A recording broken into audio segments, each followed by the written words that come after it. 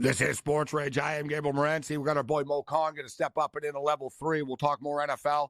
I've got some random rage to get to. I want to get back to the All-Star game a little bit, but Anthony Rendon had some comments that everybody's talking about that I wanted to get to. We're looking ahead right now at some of these NFL numbers as far as where players are going to be playing next year. The draft is, of course, around the corner. The NFL Combine starts next week, next Monday. So we're 7 days away from the Combine, which is going to be cool. And in today's day and age, you can bet on everything. And they're going to have Combine bets. Like, you know what I mean? They're not up yet, but there will be. Right? There'll be 40 times who's going to have that, or they'll come up with some stuff, and we'll find some angles. But I am intrigued by some of these sort of futures that we're looking at here, like Derrick Henry to the Dolphins at 12-1. Come on, you put $100 on it, you get $1,200 if he signs with the Dolphins. You know, some of these bets are fun, and if you can sort of think outside the box about teams that he can end up on. So I'm thinking about Derrick Henry. Baltimore, the front runner, but it doesn't mean he's going to end up there, right? He is from Florida. The Miami Dolphins are like, who doesn't want to play for the Miami Dolphins? Plus, there's no state tax, right? So, and they're good. So if you're Derrick Henry, playing for Miami would be pretty cool, actually. And, you're with Tua, you're with Tyreek Hill, you're in this offense and stuff that runs the ball a lot. So Miami, at that number, it makes sense for everybody, right? It makes sense for Derrick Henry, it makes sense for the Dolphins, and it makes sense for the better at 12-1. I like that angle. We got baseball numbers, man. Baseball season's coming up, man, around the corner right now. We're going to have Grapefruit League and Cactus League, actually. I always think of the Flintstones, Cactus League baseball. Shout out to everyone joining us on SiriusXM Channel 159. You know, the one thing I've never done is I've never been to spring training before baseball. It's pretty crazy. I've done pretty much everything in sports. I've been there. I've done this and that, and especially baseball. Hell, I hosted a Major League Baseball postgame show. So I never went to spring training, though. You know, the Expos were pretty poor. They weren't bringing the pre- and post-game show host to spring training. I remember bringing it up one year, and they said, yeah, sure, you can go, but you got to pay yourself. I was like, oh, it's not what I meant. That's not what I meant. But I like to go to Arizona, right? The Florida one is cool. I get it. I'm not a big Florida dude. Me and Florida clash. But, like, Florida... Actually, you know what? I did go when I was younger. I was with my grandparents. I was in Sarasota where the White Sox played. So that's my point. Like, Sarasota's full of old people, man. Right? Like, so Florida, yeah, the weather's nice and stuff, but, like, Arizona is cool. Well, I like the Arizona spring training. It's pretty cool because it's basically, like, all in, like, right around the downtown area and stuff. Like, there's a million teams in different parts. Like, the Dodgers in Glendale, it's where the Arizona Cardinals play. There's a casino right there. BetMGM is right there. BetMGM is where the football stadium is. It's like in the part that's separate, like the stadium. But, you know, you can go to BetMGM. You got the stadium. There's a casino, like a couple of parking lots over. And the Dodgers, spring training's there. But there's a ton of teams in the area. Like, I know people in Arizona that, like, they go to a couple of games a day. You know what I mean? Like, they'll go to a day game, the Dodgers in at night. You know what I mean? You go to Scottsdale or whatnot. You see the White Sox or whoever. You know what I'm saying? So I like to do that sometime. I like Arizona. I like Phoenix. I like the area. And I wouldn't mind checking it out. But we got these shows to do. You know, I guess I could do it, bang it off on a weekend or something like that. I got to plan that out. And speaking of planning it out, we got this sort of baseball regular season coming up. It's time for me to start sort of looking at what games I'm going to go to. I was thinking about going to Toronto, actually. I haven't been to a Blue Jay game in, I don't know, a long time, 5-7 years or something, a while. I haven't been to a Blue Jay game in a while. But it's not so much for the Blue Jays, but the Dodgers are playing in Toronto. Like April 25th, 26th, 27th, I think it is. It's a Friday, Saturday, Sunday in Toronto. Ohtani and the Dodgers, 3-game set. And they renovated the stadium in Toronto as well. Right? They renovated it last year, but they continue the renovations this year. that stadium is one of those deals there in Toronto. You can renovate it as much as you want. It kind of just sucks no matter what. It's hard to describe. Like it's cool when the roof is open, sort of. You have the CN Tower there and stuff, but like you're too far from there's something about it. Like it's just sort of one of those old concrete sort of, like Olympic Stadium in Montreal was less aesthetic somehow, but it was noisier. I don't know, like the Rogers Center in Toronto has a weird vibe in that building, but they're really trying. Like, you know what I mean? They don't want to build a new stadium, but they really have spent. They've spent like $300 million or something, like on the in-stadium renovations. Like they've completely ripped stuff out, and they're making everything closer. So I give them an A for effort, and I want to check it out, actually, and see what the end result is.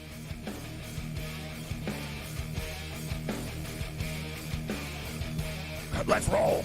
This is Sports Rage. I am Gabriel Morency. The pimps, the players, the hustlers, the people, the bustlers, and everybody else in between. The Monday Night Meltdown. Shout out to all of our AM radio affiliates joining us for Level 3, including the Money or 1090 ESPN Radio. SoCal in the house. Countdown to first pitch is on. That's right. Yeah, it was college basketball tonight, but you know what? Baseball is around the corner, baby. And so is the NFL Combine. We're going to hit all this. We'll get into some basketball as well at Level 3. Our boy Mo Khan is going to step up and join us. We'll get into the NFL Draft. We've got numbers for where players are going to be playing next year. What team is Kirk Cousins going to be on? What team is Derrick Henry going to be on? What team is Justin Fields going to be on? Justin Fields has scratched the Chicago Bears from his social media platforms tonight. This just happened a couple hours ago this evening. So Justin Fields sending a message to the Chicago Bears. You want to shop me around and trade me, then I'm going to take you off of Instagram. I'm sure they're losing sleep over this tonight. But it does sort of let you know where we're at right now in Justin Fields thinking and hearing everything and believing, you know what? I'm not going to be on the Bears next year. They are going to draft Caleb Williams. And I'm of that camp. I think the Bears are going to draft Caleb Williams as well. Where does Justin Fields end up? The Pittsburgh Steelers are the favorites at plus 150. And this is why I like betting on these things, like these sort of special where a player is going to be, the NFL Draft, because the odds makers, they don't have some supercomputer for this. The only reason the Pittsburgh Steelers are favorites right now for Justin Fields is because of one report from Mike Florio that Mike Tomlin likes Justin Fields, and they made it plus 150. Simple as that. Doesn't mean he's going to end up there, right? The Atlanta Falcons make a hell of a lot of sense. They really do. And if I was the Falcons, I would pull the trigger on this. The Raiders need a quarterback, but do the Raiders get Kirk Cousins? A lot of stuff to break down, including spring training. Let's do this thing. This is Sports Rage. Bring it.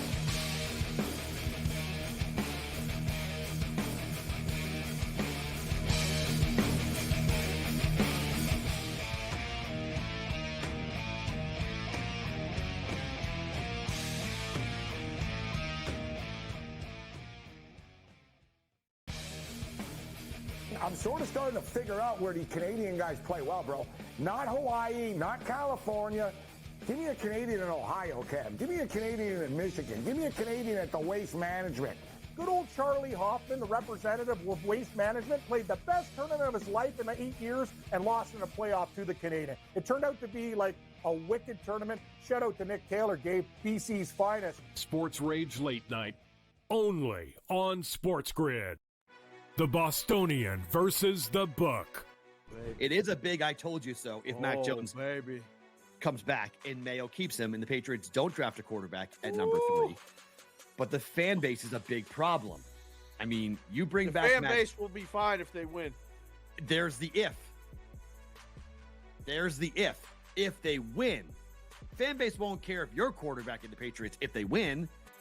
The Bostonian versus the Book. Caravan came back. They did have a couple of transfers here. The reality is UConn is every bit as talented and dangerous as they were 1 year ago.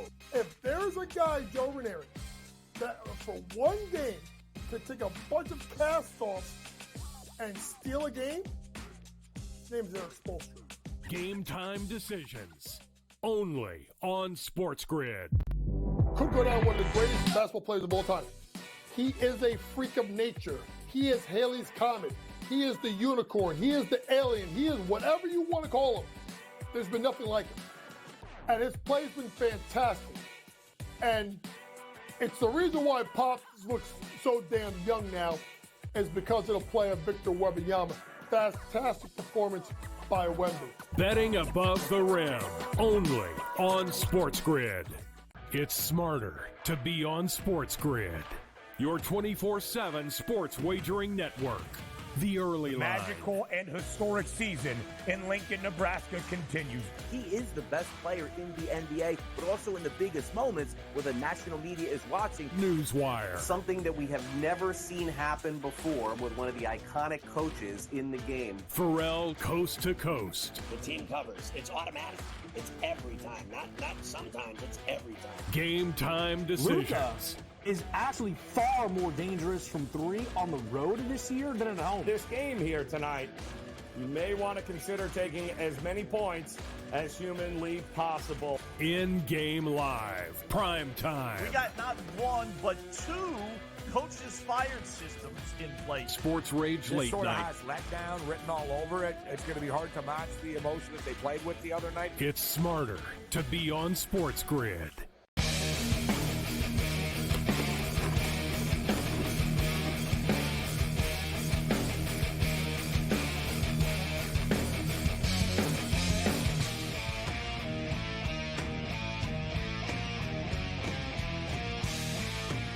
This is Sports Rage. I am Gabriel Morency. Let's do this thing. It was a crazy day today in the National Hockey League. It was only the 88th time in NHL history. So think about that. The NHL has been around a long time. Only the 88th time in NHL history that a team scored 7 goals in a game and lost, like the Vancouver Canucks did today. It was the first time since 1992 today in the NHL that 3 players had a hat trick in one game, like they did in the Vancouver-Minnesota game today. Wild stuff. They scored 9 goals in the third period. Over bettors cashed some tickets today in the NHL, I'll tell you that. Under bettors cashed some tickets. College basketball tonight. But the over did get there in that Houston-Iowa State game. Yet Iowa State covered the number. And Texas and K-State, that was, like, painful. It's been a pretty painful 24 hours of basketball, actually. Like last night, the NBA All-Star game hit new lows by hitting a new high with the most points ever. And tonight, last night watching the NBA All-Star game was just bad. And then today watching college basketball, some of these games, man, were just painful, man. Man, low scoring, brick after brick after brick. That's why the women's game is more popular than the men's game is this year. But let's get back to the NFL right now. Because as I say, Justin Fields has unfollowed the Chicago Bears. He scratched the Bears from his social media accounts tonight.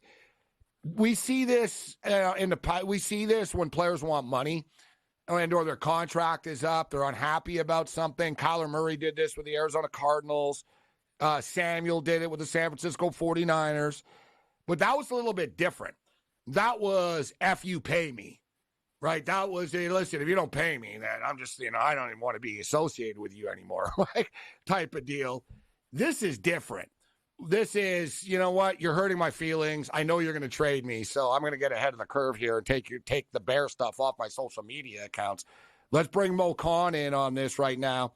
Mo, what do you make of Justin Fields scrubbing the Bears from his social media accounts tonight? He's doing a spring cleaning for his social media accounts. That's what he's doing, right? I mean, Justin Fields knows that he's hanging by the wire as a Chicago Bear because no one knows what the Bears will do, Gabe, right? We got the Combine coming up in 10 days. And then after that, we spoke about it last week. I believe that if the Bears are going to perhaps trade that pick, it would be more towards the middle to end of March that happens. But I think for Justin Fields, he's going to go to the Combine, or his agent will go to the Combine to work the room. You mentioned Pittsburgh Steelers. It could be the Atlanta Falcons. I think the Raiders are out of that conversation with Luke Getsy now, the OC down in Vegas. I think there will be suitors for Justin Fields. It's a question of what Ryan Poles sees out there, if he's going to hold on to that piece until maybe draft time, where he might get a little bit more out of it than, say, trading him now or in the month of March for that matter. I think you're exactly right. Then now it isn't what can we get for the number one pick? It's like, all right, what can we get for Justin Fields? We never know what the market really is, but I've heard a couple of similar type of trade proposals, and it's like a second round pick and a fourth or fifth type of deal, right? You know, maybe they could try to pry a late first round from somebody if there's a team in the late first round that wants to do it. But it seems like teams are more so, we're not giving you a first round pick. Like, that's where we're sort of starting off with. We're not going to give you a first round pick, but we will give you a second round pick.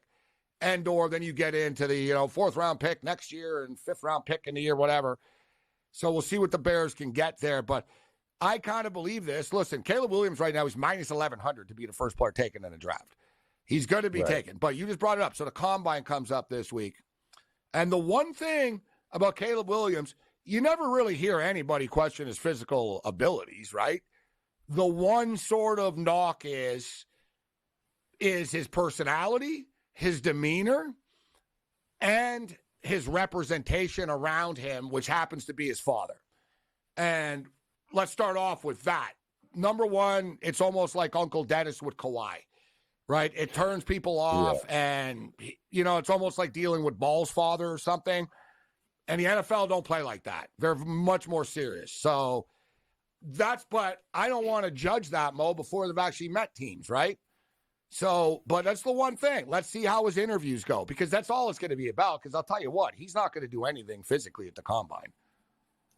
No, he's going to wait till LA, right? When SC has their pro day, I think it's the end of March, they're going to have their pro day and wait till then. But you're right? The dad's been very influential, right? The talk about having an ownership stake in a team that he goes to, that's unheard of. Which is illegal under NFL guidelines, which can't happen. Right, exactly. NFL, just for the record, for people unaware of that.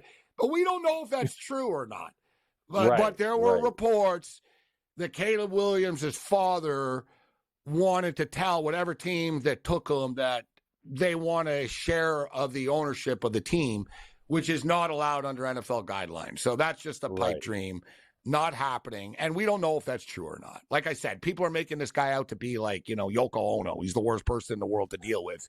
Let's see some facts first. You know what I'm saying? Because I'll put it this way. Sure. I haven't heard any NIL companies complain. Like, I haven't heard anybody say, oh, you know what? Oh, he was difficult. Oh, this or that. He's in Dr. Pepper ads, bro. He's got all kinds of deals. I haven't heard one bad thing about him. And in fact, I've even heard that the kid's a pro on set all the time. So I don't want to judge stuff just by a media report. You know what I'm saying? Right, but that's going to be the key, right, is his maturity. Because you look at this past year at SC, he wasn't that great. The team wasn't that great. They put more on him. He had to win it with his imagination because of the bereft of talent they had to work with. And so where is his maturation process now? Because, Gabe, when you think about it right now, you go back to that Oklahoma-Texas game that he made his debut in when he came in midway through the third quarter for Spencer Rattler and won that game for Oklahoma. That's where his stardom started to grow, and that's where people start to believe in the Caleb Williams hype that he could be the next great generational talent. So in this next window that he'll have at the combine in Indianapolis, A, physically speaking, he's going to do the physicals at the hospitals in Indianapolis. Is he okay? B, how will he interview and how will he fare in those interviews with these teams, whether it's Chicago, whether it's going to be the Commanders or whoever else out there. So he's got to hit those out of the park and really convince teams that, yeah, I'm ready to lock in here and be your franchise guy moving forward, whether it's in Chicago or elsewhere. Does he tank the interview, though, Mo, too? That's the other thing I'm thinking. That's the thing. Which you don't know, which players do nowadays, right? Like, and this is the little subtle thing, guys. Like, the agents will know. So let's just say a player doesn't want to go to a team. The agent will know, listen, this GM hates people that looks at their cell phone. Like, they'll tell the player little things like that. They'll say, this guy gets really mad if you take a call. Like, so they'll tell the player stuff knowing that it's going to upset the GM and the owner in the room, and the player will do it because he doesn't want to get drafted by this team. So he'll go in there and he won't look him in the eye. He'll sort of be a jerk in the interview. I'm just thinking, is Caleb going to be cool with every team, or is he going to pick and choose who he's nice to? That's going to be interesting to me. It will be intriguing because he probably has a list of teams he wants to go to, right? And again, he's a DMV. And I got to kid believe from Washington's on that list, bro, ahead of Chicago. Well, strategically speaking, right, Magic brought in Cliff Kingsbury, right? A guy he's very close with at He's SC. from there, and they brought in his coach. Let's just be real. Right, exactly. And so I just think that for him and how the chessboard will play out for the next few weeks, will he say to Chicago, we'll talk in person when I come to Chicago for my one-on-one with you than in Indianapolis. And you're right. There has been the power play from teams or players who've done this to teams say, I don't want to talk to you, man. I don't want to go to your team. Take me off your board, whatever it is. So, and the thing is, Gabe, you know the combine, there's going to be a lot of smoke signals sent out about, hey, player A has done this, done that, so they drop down. Remember what happened last week with C.J. Stroud, right, with the whole cognitive test that he took? Yeah, that, stupidest hey, thing that ever. really well, right? So there's going to be a lot of talk that's going to happen that's going to say this and that about player A, B, and C. So at the end of the day, man, it's all about teams believing what they see out there. If they like what they have, then they'll take that kid in the first round or the eighth round for that matter. You know what? I'm going to take the quarterbacks. I want the quarterbacks with the lowest scores in these things because it's a pile of crap, that stuff. It means nothing. Ryan Fitzpatrick was a smart guy. Didn't stop him from throwing 3,000 interceptions in his career. Oh, he went to Harvard, though.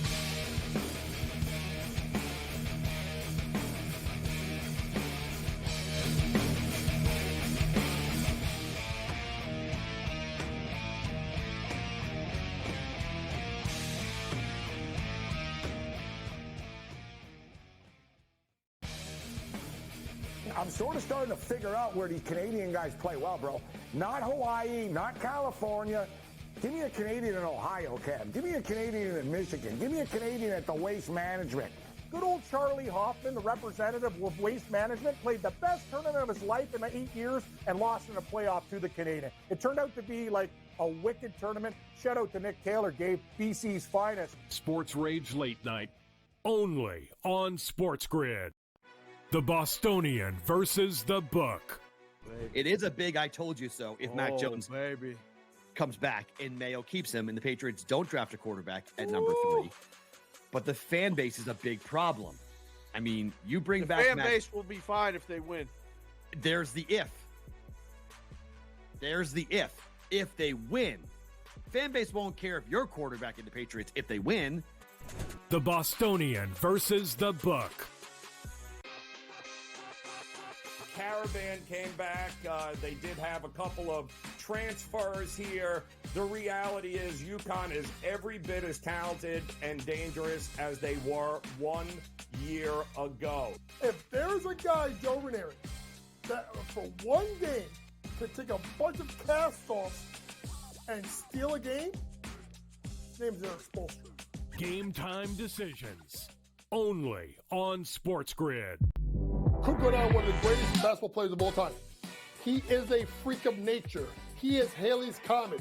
He is the unicorn. He is the alien. He is whatever you want to call him. There's been nothing like him. And his play's been fantastic. And it's the reason why Pop looks so damn young now is because of the play of Victor Wembanyama. Fantastic performance by Wemby. Betting above the rim, only on SportsGrid. It's smarter to be on SportsGrid, your 24/7 sports wagering network. The early line. Magical and historic season in Lincoln, Nebraska continues. He is the best player in the NBA, but also in the biggest moments where the national media is watching. Newswire. Something that we have never seen happen before with one of the iconic coaches in the game. Pharrell coast to coast. The team covers. It's automatic. It's every time. Not sometimes. It's every time. Game time decisions. Luka is actually far more dangerous from 3 on the road this year than at home. This game here tonight, you may want to consider taking as many points as humanly possible. In-game live, prime time. We got not one, but 2 coaches fired systems in place. SportsRage This Late sort of Night. has letdown written all over it. It's going to be hard to match the emotion that they played with the other night. It's smarter to be on SportsGrid.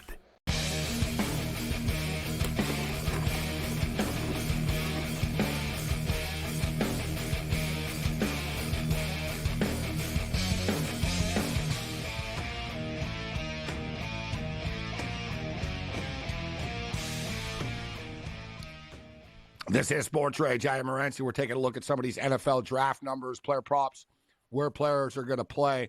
I want to get some other stuff with Mo Khan, but let's get his picks for this. We'll go rapid fire, prop by prop. So Derrick Henry posted a video today of him working out, and man, this guy's a beast, man. He's doing like one-arm push-ups while throwing a medicine ball at the same time. It's like, dude, this guy's just a freak. So the Baltimore Ravens are the favorites at plus 300. They were rumored to be trading for him at the trade deadline, but there were a couple of teams that were interested in him. The Ravens, the Bills, and the Eagles were like kind of front runners at the trade deadline reportedly to get Derrick Henry, but they didn't pull the trigger in the end. So the Ravens are the favorites right now at plus 300. The Cowboys are the second choice at plus 400. The Eagles are plus 500. The Texans are 7-1. The Chargers are 10-1. The Titans are 10-1 to keep them. I don't think that's happening. The Dolphins are 12-1. My picks, I said I think he'd be a good fit for the Dolphins. He is from Florida, too. So he'd be a good fit for the Dolphins. They're at plus 1,200 for betting purposes. I think it's a pretty good bet. The Cowboys, I imagine, will probably be in the running for him. But the Ravens do make a hell of a lot of sense. What's your prediction? Well, where do you think that Derrick Henry ends up? Baltimore, of course, the Alabama history of drafting players from that program and the connection of bringing in guys with Alabama pedigree. That's something that you have to look at. But I have to go with the Dallas Cowboys in this situation because the Cowboys lacked that bell cow, that batting ram type of running back this past season that they required. And if McCarthy's going to continue to move forward with what he wants to do on offense, kind of become more balanced and have that running game be much more effective, a guy like Derrick Henry can help that offense. And he could get himself a 1 or 2 year deal. Jerry Jones knows, Gabe, that this is it for this window. Like, he's got to pay Dak. He's got to pay CeeDee Lamb. He's got to pay Parsons at some point here. So he might say, let's restructure some of these deals towards maybe 27, 28. And the cap is going up, Gabe, right to 250 now. So he might say, let's bring on Henry. Let's go with that and go for this one last run here with McCarthy. And if we fail, we'll fail in a spectacular fashion. So I think Derrick Henry and the Cowboys is probably the better fit, given that he would probably be a nice piece to that offense for the Dallas Cowboys. We spent a lot of time talking about Caleb Williams. Justin Fields, the favorite team, according to the sports books, are the Pittsburgh Steelers. But they have no insight, and only because there was a report on Pro Football Talk that Mike Tomlin likes Justin Fields. But the Steelers have a hell of a lot of stuff going on behind the scenes with their quarterback situation right now, what they're going to do. So the Steelers are plus 150. The Bears are plus 250. So that he's still on the Bears. I don't think he's still going to be on the Bears. That's plus 250. The Falcons make a lot of sense from a football perspective, and they have the 8th pick in the draft and second-round picks, etc. They wouldn't give up the 8th pick in the draft, though, for him. The Falcons are plus 350. The Patriots are 6-1. The Broncos are 12-1. The Raiders are 12-1. The Commanders are 14-1. And just looking at this, Mo, I mean, it doesn't make sense for a lot of teams. The Commanders have the 2nd pick of the draft, so they can get a rookie deal quarterback. Justin Fields is going to get paid, so they don't make a lot of sense. The New England Patriots don't make a lot of sense, having the 3rd pick of the draft. The Broncos, kind of, sort of. I don't know if Sean Payton thinks that Justin Fields is this guy. And secondly, the Broncos are like running out of picks to trade. All right, they gave away a lot of stuff for Russell Wilson that they're still paying the rent on here and the debt on.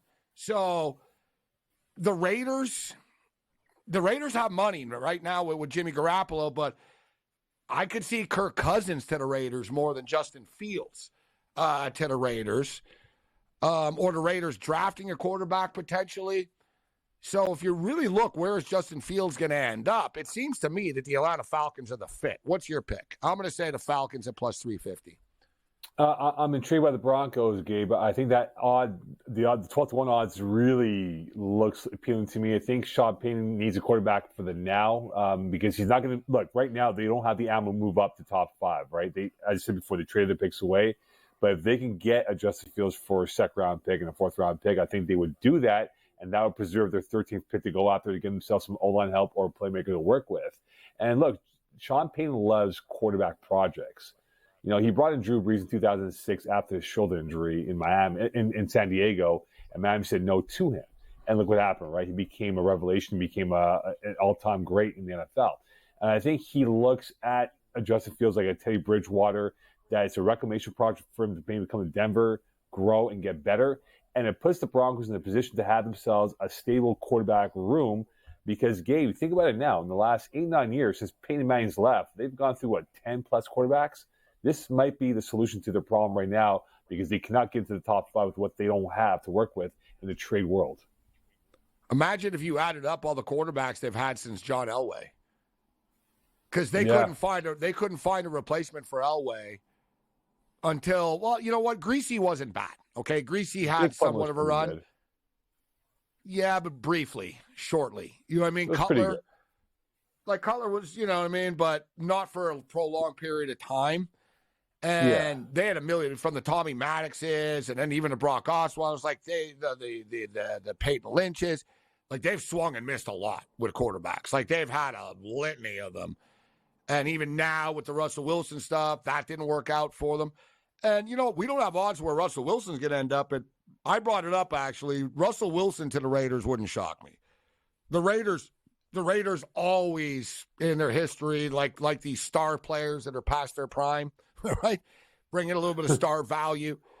And you could get them for nothing. Denver are going to be screwed, right? Everyone's playing a waiting game. No one's going to trade for them, right? Everyone knows the drill here. So they're going to wait it out, and you're going to be able to get Russell Wilson for cheap after, right? Because Wilson already got paid. He got rich, so you're not going to have to, you know what I mean? You're not going to get him for that cheap. You know what I'm saying? So you're a Raider fan, actually. Who do you think is going to be the quarterback of the Raiders next year? Like, I don't think they even know, Gabe. Someone out of college, now a Bo Nix, a Michael Penix, a J.J. McCarthy, or a Kirk Cousins. Like, you know what I mean? Like, which way do the Raiders go at quarterback here? A Russell Wilson. Like, there's a lot of options here. Right. I still don't know what the Raiders are going to do, Gabe, because they're sort of in that middle. They need a quarterback, bro, though. They need a quarterback. They do need a quarterback. 100% they need a quarterback. But the question is, you got Devontae Adams. Are you going to re-sign Josh Jacobs? You're going to need some O-line help. Probably not, right? And so are you rebuilding? Because if you are, is Devontae going to stick around for that? I don't think he would, because he's now entering the peak prime part of his career before he goes to the back nine. And a Kirk Cousins is not going to help. I think the players are happy in that room, though. Sorry, Mo, but I think with AP, they're happy. You know what I mean? Devontae didn't really bitch that much, even having Aiden O'Connell. I think they get a real quarterback, I think Devontae Adams, I think he likes living there, and he just likes Vegas and stuff. Right, but the thing is, are the Raiders better than the Chiefs? No. Probably better than Broncos for now. Maybe better than the Chargers, maybe slightly. But the thing is, if they brought a Kirk Cousins in, Mo, they could be. But look, they might bring him in. He might improve them by 3-4 wins. And that puts him in that playoff conversation. But for Antonio Pierce, right, the biggest question mark is, what does Luke Getsy want? Because we don't know what he wants. And when he had Justin Fields in Chicago, they didn't do much. So really, what is the Raiders' plan of action? They're going to save money by the football gods of Jimmy G's getting caught for what he did, and they'll save 11.25. Yeah, that was the best thing that could happen. Exactly. It's like a belated Christmas gift for them. And now they can kind of have some wiggle room to say, could we bring in a quarterback for 1, maybe 2 years? And look, the 2025 NFL draft is going to be poor for quarterbacks. So it's this year, 2024, where teams are going to probably go all in to get themselves a quarterback, because next year won't be great. And in 2 years from now, who knows what it will be. So I think the Raiders are going to be in that position to move up to the top 10 or top 5, whatever it is. But the thing is, can it get Jaden Daniels? Probably not. Is it Bo Nix? Is it going to be Penix Jr.? Is it going to be McCarthy? It's a lot of moving parts right now, Gabe, for them. But I can't even forecast if they're going to look at a quarterback in the first round or sign someone before the draft. I don't think McCarthy, Daniels, May, or Williams will be there for the Raiders. I think that Bo Nix and Penix will be. But you got to move up, Gabe. You have to trade in. You have to trade into the top 10. Yeah, and they had the ammo to move up to the top 8, if not top 5 for that pick. Well, McCarthy will be that one then, I think, that people trade up for. Because the other guys are probably going 1, 2, 3. We could debate the order, 2 or 3. Sure. My gut is, I think that Daniels is going second, personally. I think Daniels will go second to Washington, and May will go third to New England. Well, look, it's sort of that Baker Mayfield stock, right? That it was low, buy low, and he sold. Like he went up through the wazoo to number one, right, in 2018, because John Dorsey saw him in that realm. That was dumb. Well, it was at the end of the day, but now it's that game, Gabe, that we spoke about, right? The smoke screens that will be sent out the next 10 days of the combine and then going to the pro days, that there will be a quarterback that will move up the boards into the top 10, whether it's going to be a J.J. McCarthy, and that's been the talk, right? He might go number 5 or number 6. And think about this, though, right? If you're number 4, right? If you're Arizona at 4 and you know you have Marvin Harrison Jr. on the board, you could trade down 2 picks. And guess what? Monty Ossenfort has obtained multiple picks in last year's draft, and he could do the exact same thing with the 4th pick to get more picks to work with for 25 and 26.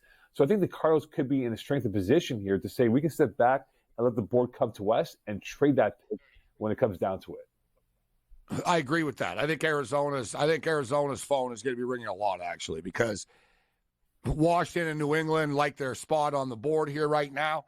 Arizona will be the ones if you want to trade up for. And I don't think this is crazy talk, actually. We'll get your take on this on the other side. I don't think it's crazy if Arizona took Brock Bowers instead of Marvin Harrison Jr. Brock Bowers is that good. Like, you could argue he's a better football player. Like, they're both great. But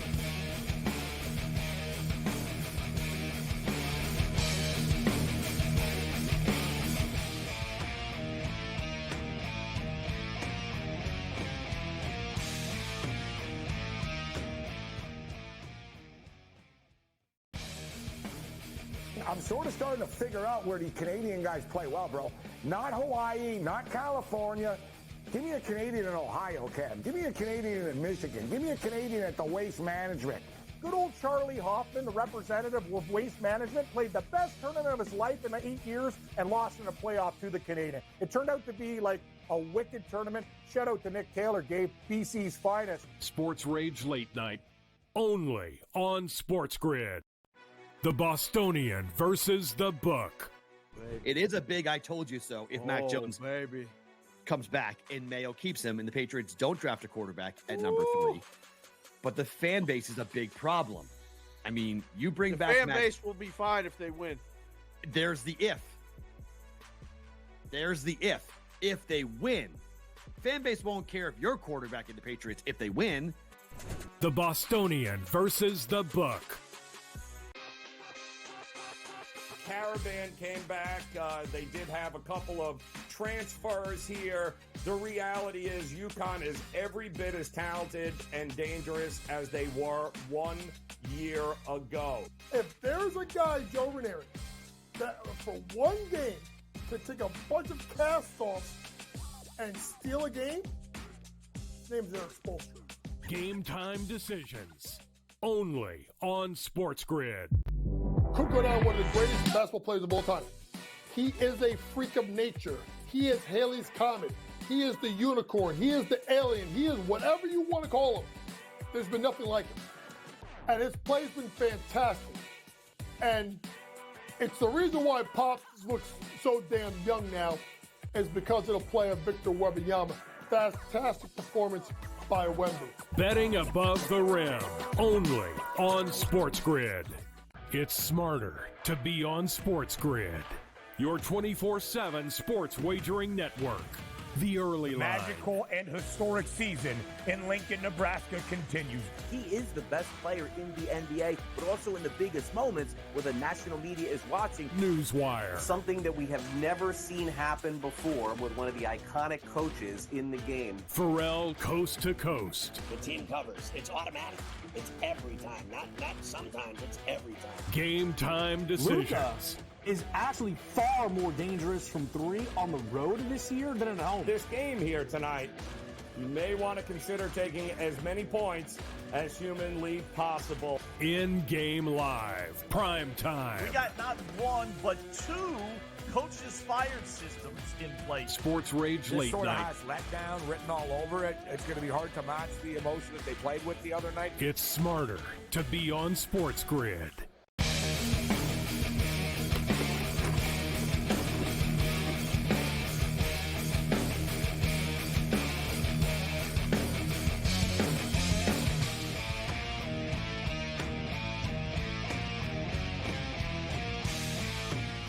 This is SportsRage. I am Morency. We'll get Mo Khan's take on the NBA All-Star game. Pharrell was less than pleased. We'll play a clip from Pharrell from earlier in the day. But looking at these NFL props that are up right now, so they've got props up for a lot of these players. We're going over Kirk Cousins. So quickly, Mo, Kirk Cousins, What's your prediction? What team is Kirk Cousins on? Look, it's going to be a wild card out here, but Atlanta is looking for a quarterback. And I'm going to go outside the box and say the Falcons are the team to watch out for Kirk Cousins. They're the second choice. The Vikings to retain are minus 225, which I think is ridiculously stupid. They're not going to retain him. Like, they're not. They pretty much told him they're not. The Falcons are plus 400, so they're the second choice. So are the Falcons going to pull it off? Or are they going to do it? Like, either get Justin Fields or Kirk Cousins and take that next step. They could easily win that division, bro, and be in the playoffs. Yeah, they need a quarterback, right? The offensive pieces are there. It's there for the taking, Gabe. They have guys to work with. If they bring in a Kirk Cousins in there, I think it makes them much more dynamic and more sure to have a guy that can make those throws to the Pitts, to the Drake Londons, and get the running game more involved in what it lacked under Arthur Smith in 2023. I'm going to take two teams for Kirk Cousins. I'll say the Falcons at plus 400 and the Raiders at 8-1. Like, just if the Raiders have the money, if they want to, like I said, they like veteran players. The problem with this one is, and we got Russell Wilson on the list, the problem is Russell Wilson will be a lot cheaper. Kirk Cousins is going to cost like $50 million a year. So it's going to be a 3-year deal, 4-year deal, like that, you know what I mean? And that's the word. He's looking for like 200 mil plus for 4 years on the way out here. He knows this is it. He's probably going to get it, man, right? So are the Raiders going to be the ones to do it? It wouldn't surprise me, man, to keep Devontae Adams happy. It wouldn't surprise me at all. But the thing is also his Achilles coming off of that. How healthy will he be going to week 1 of camp? And again, we don't know where he is in his progress, right? We knew about A-Rod and his progress to where he is now. Kirk Cousins has been sort of covert with what he's done up till now. But the thing is, what he wants, I don't think he'll get a Gabe. I don't think he's going to get $200 million from a team because he's got all that guaranteed in years past. And now teams are going to say, you know what, we might give you a $100 million deal for 2 years, maybe $45 million of that will be guaranteed. I agree. I think that he'll get, in the end, you're right. I think he'll get 3 years, 2 of which a third-year club option type deal. Yeah. I think teams will be willing to pay bigger money. They'll be like, you know what, listen, dude, we'll give you $110 million for 2 years. You know what I mean? But we're not doing 4 years, right? I can see someone doing that, but he's already, like I said, that's going to be the market for him, right? You know what I mean? I saw, like I said, 45 teams are going to counter with like $45 million for him. All right, Russell Wilson. What team do you think Russell Wilson's going to be on? He could end up on the Falcons too. They're the second choice. The Steelers are plus 150. I don't think they'll go. Like the Steelers, it doesn't seem like, is he that much? Like, I don't know. It doesn't feel to me like Russell Wilson ends up on the Steelers. Atlanta Falcons plus 350. Right. That wouldn't be shocking. They might think, you know what? He won't cost a ton. Let's see if he's better. He's better than Ritter. He's a veteran. Maybe he can help Ritter, etc. The Broncos to retain him are plus 450. That's not happening. We know that. The Raiders are plus 550, Mo, and I think that's kind of a fit. The Patriots are plus 550, but I think they go with a quarterback in the draft. The Vikings are 9-1. The Commanders are 16-1. The Giants are 28-1. The Bucks are 30-1. The Titans are 30-1. Saints are 50-1. Seahawks 50-1. Bears 65-1. Cardinals 100. What do you think about Russell Wilson? I think the rest takes a little bit longer to kind of unfold because there will be a market for him. But more remember, he's going to be 3. Yeah. Right. I think he's going to be now, 35, 36 years old going into this season. And I think teams might say, well, we can hold off on Russ. We don't have to sign him day 1 or week 1 of free agent frenzy. We can wait till the end of March and figure things out. And I think for Russ, he can kind of pick where he wants to go because, again, Gabe, once the combine happens, teams will have their board set of what they're looking at for a quarterback going to the free agent frenzy. And they'll say, you know what, we can get Russ early April and not have to rush him because we know there won't be a market for him. But I think today, if you have to look at it right now, the Commanders could be very intriguing because Josh Harris wants to bring the star name. Now, if he can't get Caleb Williams in there, he might say, like, we can get Russ kind of hold the fort for a couple of years or so until we find the right guy to take over. And I think for him, he's got to find the right fit, because now, Gabe, what is Russell Wilson as a quarterback? He can't run anymore. His throwing acumen was poor under the Broncos last 2 years. So he's got to find the right fit that's going to say, you know what, we can play to his strengths and make sure that he doesn't make too many mistakes that he did in Denver, even towards the end of his time in Seattle, where he wasn't the let Russ cook guy from 2014. Yeah, it's kind of crazy because you figure Sean Payton would have been that guy, actually, that to figure out an offense for him. But like you said, he just couldn't make the throws and the decisions. Listen, there were times he wasn't as bad as it's made out to be, right? There were times that he played well, but there were also just really baffling, head-scratching plays that he made and throws that just terrible. He wasn't the all right, last one here. Yeah. Last one. Mike Evans, wide receiver. Tampa Bay Buccaneers. They're minus 200 to keep him. The Houston Texans are plus 500. It's an interesting, intriguing thought. Put him alongside Nico Collins. Played at Texas A&M, right? So go back to Texas. Kansas City Chiefs are plus 700. The Bears are 9-1. The Panthers are 14-1. The Cardinals are 16-1. The Falcons are 16-1. The Colts are 20-1. The Jets are 20-1. There are a ton of wide receivers in this year's draft, guys. So I don't know what the market for Mike Evans is going to be. What's your take? What do you think happens with Mike Evans? Chiefs or Jets are the teams to watch out for. The Chiefs have, look, because of the Mahomes deal, it only kicks in 25. So they have cap space to work with. And now you got Jerry Sneed and Chris Jones you got to sign. More likely than not, you're not going to sign both. You're going to sign one of the two because what it's going to be for the cap space that they have. But for the Chiefs to take that next step and maintain their success, Mike Evans being a big target. And remember last year, they didn't sign DeAndre Hopkins.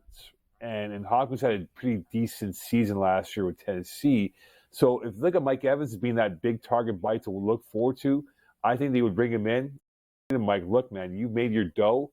Come play for us, win another Lombardi trophy with Mahomes, and maybe go out in the market next year and get yourself your last big payday as an NFL player. Yeah, you can sort of become that Odell ringer on good teams. Yeah, and really, or you though, can be, yeah. Like I said, the Texans would be attractive though, right? You got the no state tax thing. He played at Texas A&M.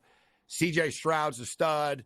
Collins is good, right? You know what I mean? It'd be a good pairing there with Collins and with Mike Evans. So the Texans are interesting at plus 500 there, guys. All right, Mo, final stuff here. What'd you think about the NBA All-Star game last night? Did you think it was as big of a debacle as a lot of people did? There was more competition in the practice session on Saturday than there was in that game. And, you know, the NBA's got to figure this out, Gabe. The NFL, they put a tranquilizer to the Pro Bowl and now go with a flag football game. We were saying off air, what can be done? Maybe USA versus the world could be one format to look at.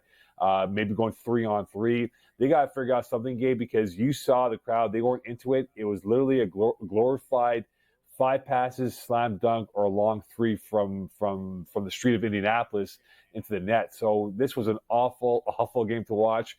I actually watched the alternate broadcast with Barkley and Draymond Green, and that was much more enjoyable than the game outright. So I just think the NBA going to Oakland or San Fran and LA in 2 years, they got to come up big, Gabe, because you want to make sure this is relevant for those to watch, because if it's not, it might go down the wayside and become irrelevant at some point in the next 3-4 years. It's up to the players to actually just sort of, like I said, it's your game, guys, right? If you're the All-Stars, you're representing your league, so this is what you want to represent, then it's a bad representation. So they're going to need to just sort of amongst themselves. I don't think we need to come in with all this and that and change this around. The USA versus the world part's all right, but just as if you're the players, just try a little. Like, you don't have to be crazy, but you guys try harder in Drew League games, like in the summertime, right? So don't pretend that, you know what I mean? Like, you know, because Anthony Edwards said, well, we don't really come here to compete. It's more just for fun and to meet people and stuff. It's like, okay, but like, there needs to be some sort of competition. Mo, always a pleasure, my man. Thanks a lot for taking the time to be with us. Great stuff as always. Always, my dude. Always, man. Speak to you next week, brother. Be good. There's our main man, Mo Khan. Let's hear what Scott Farrell thought about the All-Star game last night. It's a real problem. They have got to do something. They've got to be better. They've got to do something creative here. And I think it's, let's be honest. This guy came up at the in-season tournament and paid the winners, paid players to win. There was an incentive. There was cash on the table.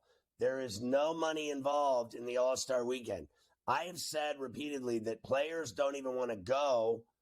They would rather go to Cabo. They would rather go spend 5 days with their family and sleep, or go on a little mini 3 or 4 day trip somewhere with their family, or just get away with all the injuries and all the grind that it is of the NBA season. And the ones that have to go, all the superstars that have to go, they don't want to go. And they say they want to go. They're lying. They aren't paid.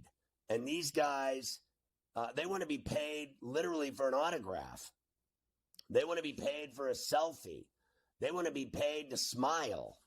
They want to be paid to show up, to do anything.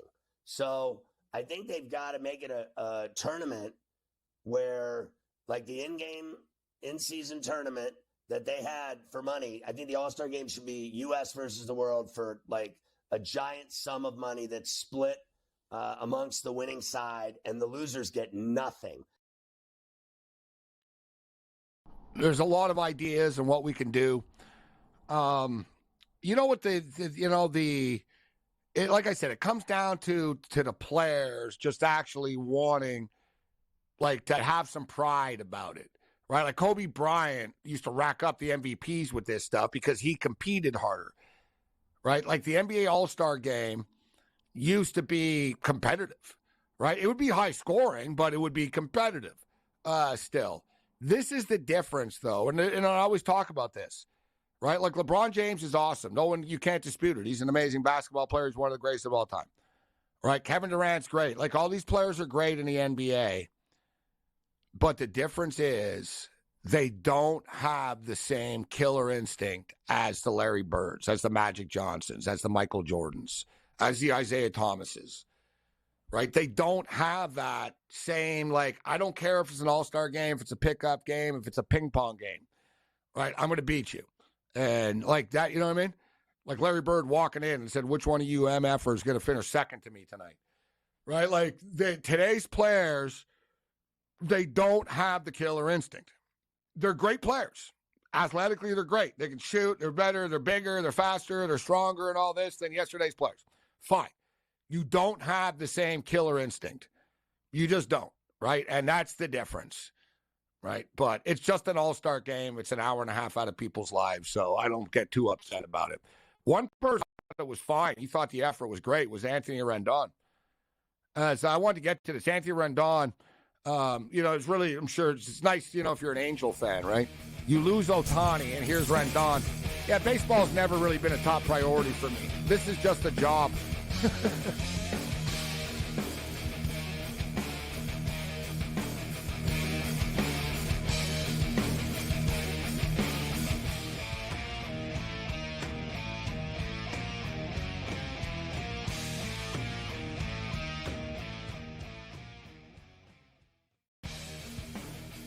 I'm sort of starting to figure out where these Canadian guys play well, bro. Not Hawaii, not California. Give me a Canadian in Ohio, Kev. Give me a Canadian in Michigan. Give me a Canadian at the Waste Management. Good old Charlie Hoffman, the representative of Waste Management, played the best tournament of his life in the 8 years and lost in a playoff to the Canadian. It turned out to be like a wicked tournament. Shout out to Nick Taylor, gave BC's finest. SportsRage Late Night, only on SportsGrid. The Bostonian versus the Book. It is a big I told you so if Mac Jones comes back and Mayo keeps him and the Patriots don't draft a quarterback at number 3. But the fan base is a big problem. I mean, you bring back fan base will be fine if they win. There's the if. There's the if. If they win, fan base won't care if you're quarterback in the Patriots if they win. The Bostonian versus the Book. Caravan came back. They did have a couple of transfers here. The reality is UConn is every bit as talented and dangerous as they were 1 year ago. If there's a guy, Joe Ranieri, that for one game could take a bunch of cast-offs and steal a game, his name's Eric Spoelstra. Game time decisions. Only on SportsGrid. Could go down one of the greatest basketball players of all time. He is a freak of nature. He is Haley's Comet. He is the unicorn. He is the alien. He is whatever you want to call him. There's been nothing like him. And his play's been fantastic. And it's the reason why Pops looks so damn young now is because of the play of Victor Wembanyama. Fantastic performance by Wemby. Betting above the rim. Only on SportsGrid. It's smarter to be on SportsGrid. Your 24/7 sports wagering network. The early line. Magical and historic season in Lincoln, Nebraska continues. He is the best player in the NBA, but also in the biggest moments where the national media is watching. Newswire. Something that we have never seen happen before with one of the iconic coaches in the game. Pharrell coast to coast. The team covers. It's automatic. It's every time. Not sometimes. It's every time. Game time decisions. Luka is actually far more dangerous from three on the road this year than at home. This game here tonight, you may want to consider taking as many points as humanly possible. In-game live. Prime time. We got not one, but two coaches fired systems in place. SportsRage late sort night. of has letdown written all over it. It's going to be hard to match the emotion that they played with the other night. It's smarter to be on SportsGrid.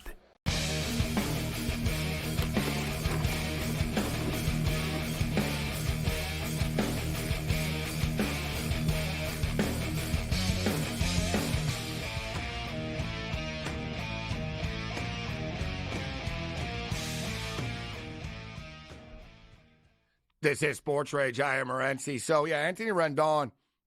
And listen, it is a job, right? And I totally get that. Everything, it's a job, whether you like it or not. You're a baseball player. It's still a job. It is. It's their living. I totally understand that. But, like, Anthony Rendon is somebody that works at, like, McDonald's that just hates their life. You know what I mean? You know what I mean? Like, when you go into a fast food restaurant and you just get the worst possible service, but you can't really say anything because you're like, man, this lady just hates her life and hates this job and hates everything. So, like, I can't blame her. So, right? But Anthony Rendon, bro, it's a little bit different, man. Right? You make a lot of money and you don't really do anything. For, like, a guy that only plays, like, 50 games a year. And, so like I said, it's not – so the actual comment, Anthony Rendon on playing pro baseball, it's never been a top priority for me. This is a job. I do this to make a living. My faith, my family become for this job. So if those things come before it, I'm leaving. Okay, faith and family, no one's going to, call you out for it. But it's not just like that. He goes on, my enthusiasm has been the same since I got drafted, to be honest with you. I was actually deleting old emails going back to 2014. So he's basically saying that he doesn't care. He hasn't cared since 2014. I have 4 kids. My priorities have changed. So why don't you retire, bro? Like, point blank. If I was the Angels, I would just release you. You have no interest in being there. I wouldn't want you around my younger players. You don't play ever anyways. You're hurt all the time. The most effort you've shown is when a fan mouthed off to you and told you that you sucked and you wanted to fight him last year. So it goes on. Is baseball a priority for you? It's never been a priority for me.